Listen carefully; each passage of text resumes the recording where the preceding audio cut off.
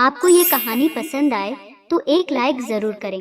ऐसी ही और कहानियाँ देखने के लिए मेरे चैनल को सब्सक्राइब भी कर लें। बालमपुर नामक गांव में एक जमींदार चौधरी राम सिंह रहता था। उसके परिवार में उसकी पत्नी इंद्रावती तथा एकलौता पुत्र जसवंत सिंह रहता था। जसवंत सिंह का विवाह सुनीता से हुए 6-7 साल हो गए थे, लेकिन सुनीता अब तक किसी बच्चे को जन्म नहीं दे पाई थी। कई बड़े बड़े अस्पतालों में चेक कराया गया, परंतु कोई फायदा नहीं हुआ। उसकी सास, ससुर और उसका पति अब उसे बांझ कहकर दिन रात ताने मारने लग गए थे। सुनिए, मैं आपके लिए चाय बना दूं। रहने दे बांझ, सुबह सुबह मुझे अपनी मनहूस शक्ल मत दिखाया कर। ऐसी जली कटी बातों को सुनकर सुनीता बेचारी बंद कमरे में छुप छुप कर रोया करती थी। हे भगवान, आपने मेरे साथ ऐसा क्यों किया? मुझ अभागिन को हर कोई घर में ही नहीं, बाहर वाले भी मुझे देखकर बांझ कहने लगे। सुनीता जब किसी भी काम से घर के बाहर जाती तो गली मोहल्ले की औरतें आपस में कान्हा फुसी करने लगती।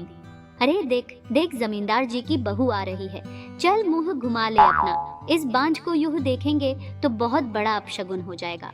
बांझ है ये तो एक बच्चा भी पैदा नहीं कर सकी। बेचारे जमींदार जी के तो भाग्य ही फूट गए।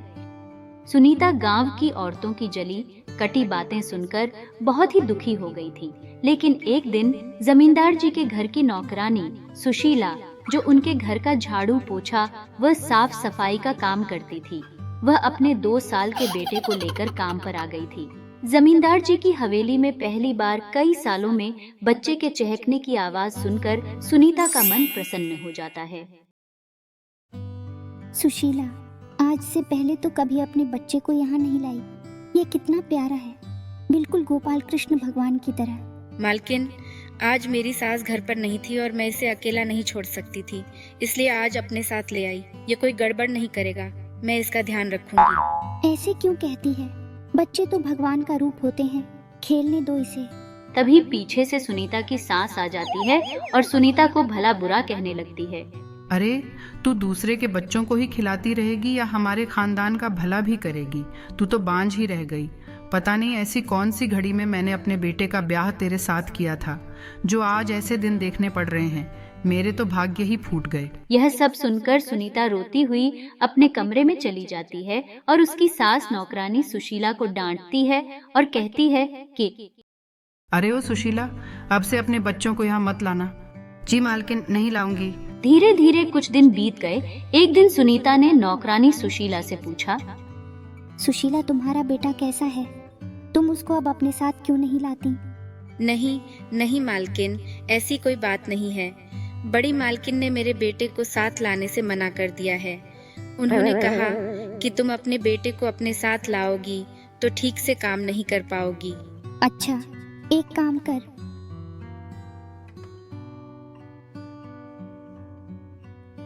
ये खिलौना मेरी तरफ से अपने बेटे को दे देना। नहीं नहीं मालकिन, इतने महंगे खिलौने से हम गरीबों का बच्चा कहाँ खेलेगा। ओह, शायद जैसा सब सोचते हैं तुम भी वैसा ही सोच रही हो सुशीला, कि मैं बांझ हूँ। अरे, मैंने इसमें ऐसा कोई टोना टोटका नहीं किया जिससे तुम्हारा बच्चा बीमार पड़ जाएगा। नहीं नहीं मालकिन, ऐसी कोई बात नहीं है। मुझ जैसी गरीब औरत के बच्चे के लिए अपने खिलौने दिए, यह मेरे लिए सौभाग्य की बात है। आप अपने आप को बांझ मत कहो, इसमें आपका कोई दोष नहीं है। आप माता रानी पर विश्वास रखिए, वह सब अच्छा करेगी। अगले दिन जब सुशीला जमींदार जी के यहाँ काम पर गई तो सुनीता अपने पति के लिए उसके कमरे में चाय नाश्ता ले जा रही थी। जैसे ही वह अपने पति को नाश्ता देने लगी, रख दे इधर, ले लूंगा। मैं अपने आप तेरी वजह से पूरे समाज में हमारी इज्जत मिट्टी में मिल गई है। मेरे साथ के सारे दोस्तों के घर औलाद हो गई है, बस मेरे ही घर कोई औलाद नहीं। मेरे ही पल्ले पड़नी थी तू जैसी बांझ। चल जा मेरे सामने से।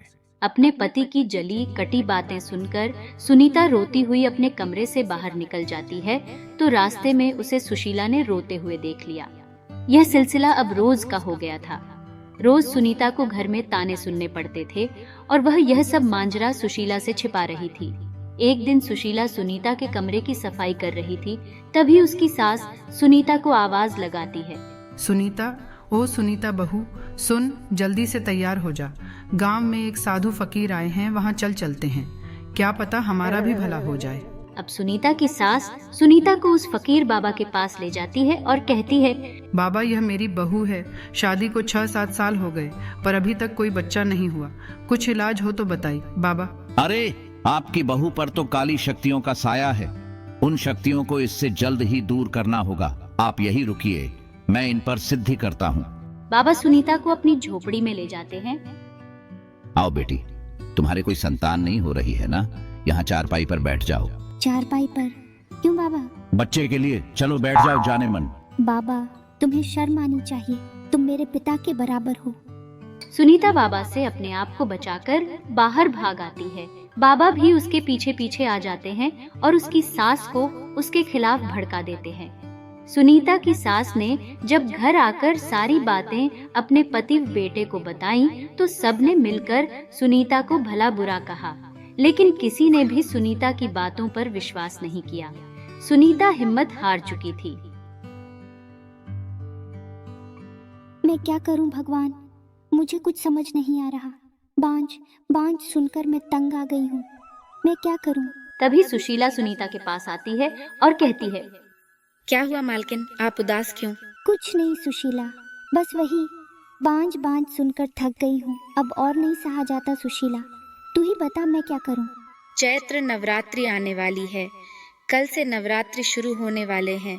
सच्चे मन से आप माँ दुर्गा के नवरात्रि के व्रत पूजा करिए। माँ दुर्गा आप पर जरूर कृपा बरसाएगी। कोई सुने ना सुने, वह जरूर आपकी गोद भरेगी। नवरात्रि के व्रत व पूजा इस घर में मुझे कोई नहीं करने देगा सुशीला। मैं व्रत कैसे रखूंगी और पूजा कैसे करूंगी? बस इतनी सी बात मालकिन, आपको बुरा ना लगे तो मैं भी कल से माँ दुर्गा के नवरात्रि पूजा रखूंगी। आप चाहे तो मेरे साथ 9 दिनों तक मेरे घर पर व्रत व पूजन कर लेना और देखना आने वाले 9 महीनों में आपके घर में भी किलकारियां गूंजेगी। माँ दुर्गा के नवरात्रि के पूजन व व्रत में जरूर करूंगी। तुम्हारा बहुत बहुत धन्यवाद सुशीला। अगले दिन से सुनीता रोज अपनी सास से कुछ न कुछ बहाना बनाकर सुशीला के घर माँ दुर्गा की पूजा अर्चना करने जाने लगी। तभी एक दिन उसका ससुर उसे देख लेता है और आकर अपनी पत्नी से कहता है, अरे जसवंत की माँ, ये अपनी बहू रोज कहाँ जाती है? 6-7 दिन से रोज देख रहा हूँ। अरे, ये आजकल की बहुएं हैं, रोजाना बाजार खरीदारी करने, कभी डॉक्टर को दिखाने तो कभी कोई सामान खत्म हो गया, यह बोलकर चली जाती है। अरे ध्यान रखो इनका, ये आजकल की बहुएं भी ना।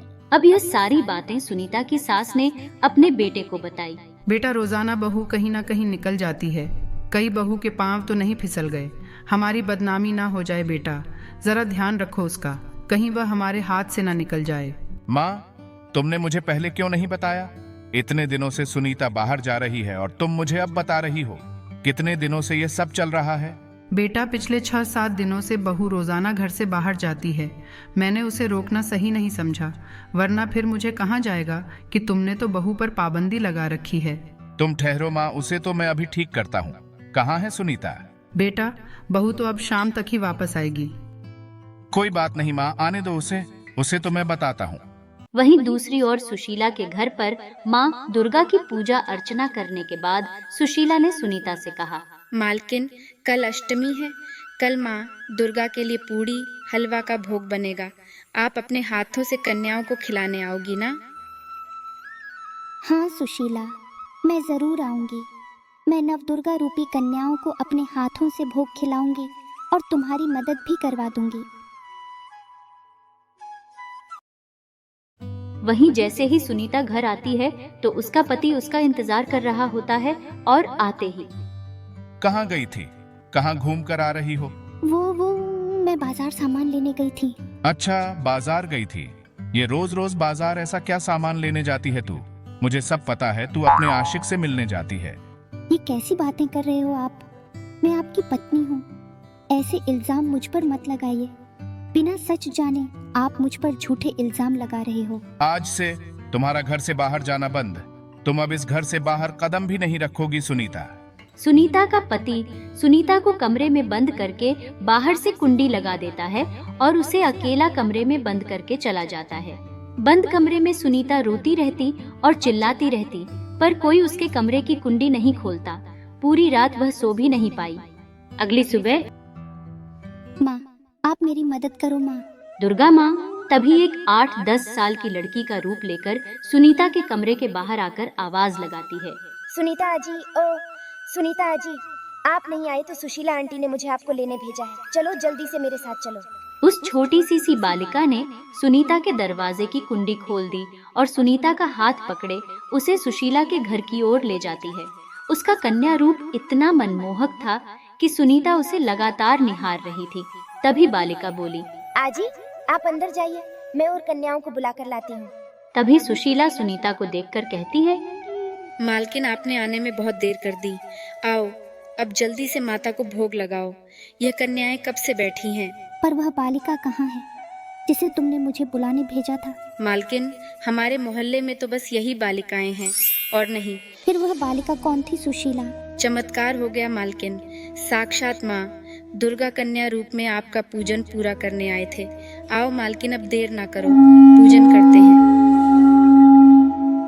सुनीता का पीछा करते करते उसका पति, सास व ससुर भी सुशीला के घर आ जाते हैं और वह देखते हैं कि सुनीता व सुशीला माँ दुर्गा का पूजन कर रही होती है।